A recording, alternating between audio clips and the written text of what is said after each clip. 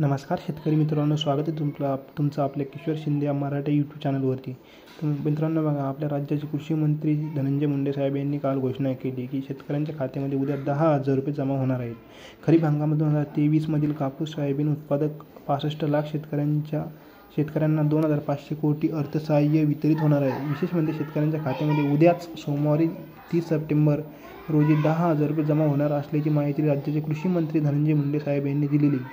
तर ही माहिती बघा, मी तुम्हाला पुढे न्यूज टाकून न्यूजबद्दल लाईव्ह माहिती कळवितो। कापूस आणि सोयाबीन उत्पादक शेतकऱ्यांसाठी एक आनंदाची बातमी आहे। 2023च्या खरीप हंगामामधील कापूस आणि सोयाबीन उत्पादक शेतकऱ्यांना 2,500 कोटींचं अर्थसहाय्य उद्या वितरित केलं जाणार आहे। राज्यामधील जवळपास 96 लाख कापूस आणि सोयाबीन उत्पादक शेतकऱ्यांपैकी आधार कार्ड लिंक असलेल्या 68 लाख शेतकऱ्यांना अनुदान मंजूर झालेले आहे। कृषी पुरस्कार वितरण कार्यक्रमामध्ये कृषी मंत्री धनंजय मुंडे यांनी ही घोषणा केली आहे। दरम्यान याच कार्यक्रमामध्ये काही वेळापूर्वी गोंधळही झालेला होता। उशिराने कार्यक्रमाला सुरुवात झाल्यामुळे शेतकऱ्यांनी नाराजी सुद्धा व्यक्त केली। अक्षरशः नाराज झालेल्या शेतकऱ्यांनी बांधलेले फेटे सुद्धा काढून टाकले। सोयाबीन व कापूस उत्पादक शेतकऱ्यांना प्रति हेक्टरी 5,000 रुपयाचे अनुदान।